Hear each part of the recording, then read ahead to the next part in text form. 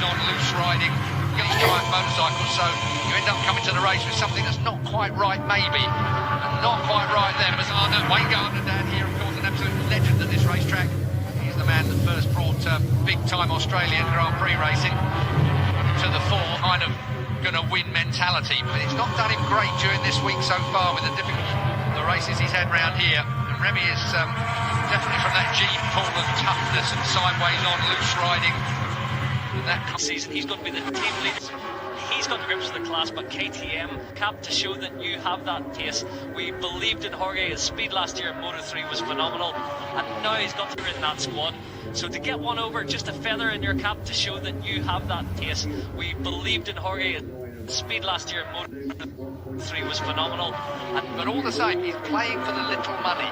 Yeah, he's in the wrong part of this field. He's just very hard end of season. 27 points. A win is 25 points. That's where Tom Luthi would have hoped he could be. I suppose the only thing... Regroup, get his focus back, and he can make his way back there and grab that 6th or 7th place. Solid points is what he needs, not giving away too many. He's giving himself, though... He's going shuffled to the back of the pack, whereas the number 27 of Iker Lecuona has actually made his way to the head. So Alex is more than capable of doing that. He can done. And the gap is closing. It's an ever-diminishing gap as Nagashima looks at the inside of Marquez.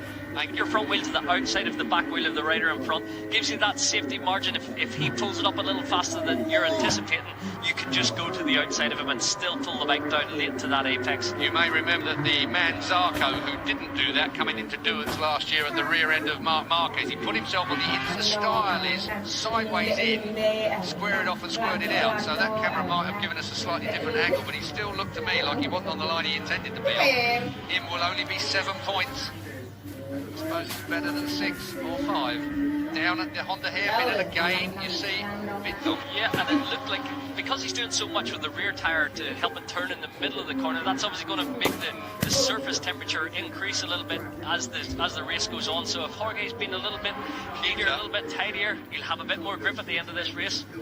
Marquez has got in front of Nagashima again, but it's only 9th place for him, 9th place for... Whereas Brad, he likes a little bit of engine brake and locks the rear wheel in and creates that drift without having to use the rear brake. There he is. Let's talk about what he's got up his sleeve for next year, but we look at Iker Lecuona on the 27 machine. Still point use the rear brake to pull it down anymore if they need to. Whereas Brad, he likes a little bit of engine brake and locks the rear wheel. Akiayo Motorsport, which is the KTM factory team in Moto2. Akiayo, a face that would cut stone in half.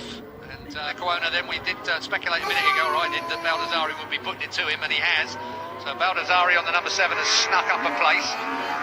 Miller and Gardner now are side by side, and that's back in the 6th place battle as it is now. Let's wait and see how that develops as we get round here. We're looking at the race leader, Brad Binder, seemingly now got control of his teammates. It looked at one point like bagging more, so as you're taking that pressure off, but I think that pressure would have been back on him if Luthi had managed to get to the front. It'd been a full hatful that Luthi's just getting those 16 for 3rd. It's enough, but it's not what you want. You want 12th place. Jesco Rapid is back in 3rd. Jorge Martin sorted out back in 2nd place. Then another 2 back to Navarro in 4th place. And it's Baldassari, Gardner, Lecuona, Marquez, Nagashima, Manzi, Bullega, Grosrota. As quick as I can say it, they cross the line. Down to 4, Binder. Tom Luthi, 3rd place for him. We've got to go back another 4 seconds to look, that's for sure, even though he's got a Sam Lowe's look about him, hasn't he? Sam Lowe's, while we talk as well, has just got ahead of Jake Dixon. Keeps the pressure on. Mark in Australia from teammate Jorge Martin, the rookie that started from the 2nd row. 3rd place goes to Marquez, Alex Marquez even, in 8th place for Alex Marquez. So a good finish, he picked up that point for 8th place, that extra point for... And as we go with last lap time, so he did make that gap. He's up to 20th place. He won't score points from the back row of the grid, Sam Lowe's. Jake Dixon's had a good ride, good solid ride, but we wait then for the man that takes his 3rd Grand Prix win of the year on the KTM. Brad Binder then wins here at Luthi. Tom Luthi then win. When you are not in a championship hunt, and Brad Binder has just taken in his 3rd when he won in Austria. Championship now, been late in the season, it's starting to come together for Brad, but just those early rounds dropped him out of contention. He won in Aragon in Spain, of course. Didn't quite go the way he was planned in Japan. 12th place for him there, but of course 8th place. Marquez gets 8th, but the championship is closed down still further. 2 rounds left. He's on loose riding. These giant motorcycles, so you end up coming to the race with something that's not quite right, maybe. Not quite right there. Wayne Gardner down here, of course, an absolute legend at this racetrack. He's the man that first brought big-time Australian Grand Prix racing to the fore, kind of gonna win mentality, but it's not done him great during this week so far with the races he's had round here. And Remy is definitely from that gene pool of toughness and sideways on loose riding. That season, he's going to be the team leader. He's got the grips of the class, but KTM, Cap, to show that you have that pace. We believed in Jorge. His speed last year in Moto2 was phenomenal, and now he's got to be in that squad. So to get one over, just a feather in your cap to show that you have that pace. We believed in Jorge. His speed last year in Moto2 was phenomenal, but all the same, he's playing for the little money.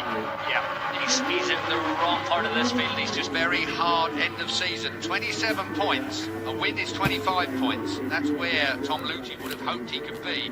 I suppose the only thing... Regroup, get his focus back, and he can make his way back there and grab that 6th or 7th place. Solid points is what he needs, not giving away too many. He's giving himself, though. He's going shuffle to the back of the pack, whereas the...